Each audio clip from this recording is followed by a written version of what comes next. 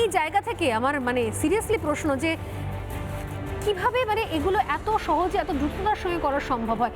মানুষদা কি বলবেন? দেখো, এই জেনজি এখন আমাদেরকে যাদেরকে বলছি আর কি, এদের ওপরে নজর সারা পৃথিবীতে। কারণ এই মুহূর্তে ভারতবর্ষের যে যুব সংখ্যা, তাদের যে পরিমাণ, সেটা গোটা পৃথিবীর আর কোনো দেশে নেই। ভারতবর্ষকে এই মুহূর্তে যৌবনের দেশ বলা হয়, কারণ এই যে 18 থেকে 30 বলো বা 35 বলো, সেই সংখ্যাটা অনেক বেশি। এদের একটা প্রবণতা হচ্ছে, যেটা দেবাশিসদা শুরু করেছিল, এরা কিছু একটা করবে। এখন হয় সেটা ডিস্ট্রাকটিভ কিছু করবে, নাহলে কনস্ট্রাকটিভ কিছু করবে। হয় সে অলিম্পিকে এশিয়াডে সোনা জিতবে, হয় সে হিমালয়ে গিয়ে মিলিটারির পোশাক পরবে, অথবা সে মিলিটারিকে ঢিল ছুড়বে, অথবা সে ধ্বংসাত্মক কিছু একটা করবে।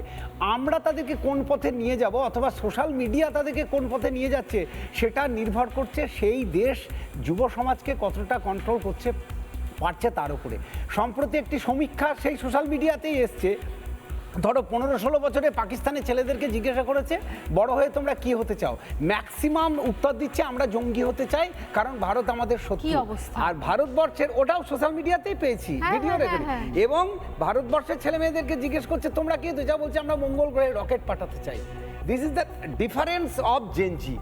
এই জেনজিকে আমি কাজে লাগাবো কি করে? কারণ জেনজিকে নিয়ে বহুদিন আগে তুমিও পড়েছো, আমিও পড়েছি। 18 বছর বয়স কি দুঃসহ, স্পর্ধায় নেয় মাথা তোলবার ঝুঁকি, 18 বছর বয়সেই অহরহ বিরাট দুঃসাহসেরা দেয় উকি।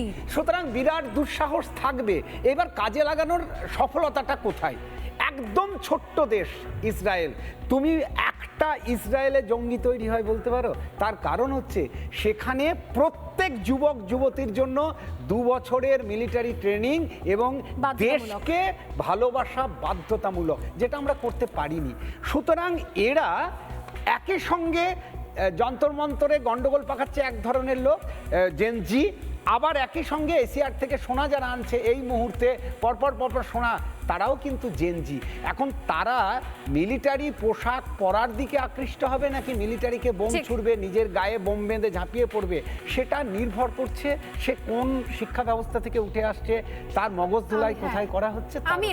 নানা ধরনের কন্টেন্ট দেখার জন্য লাইক করুন, শেয়ার করুন আমাদের ফেসবুক পেজ, সাবস্ক্রাইব করুন আমাদের ইউটিউব চ্যানেল।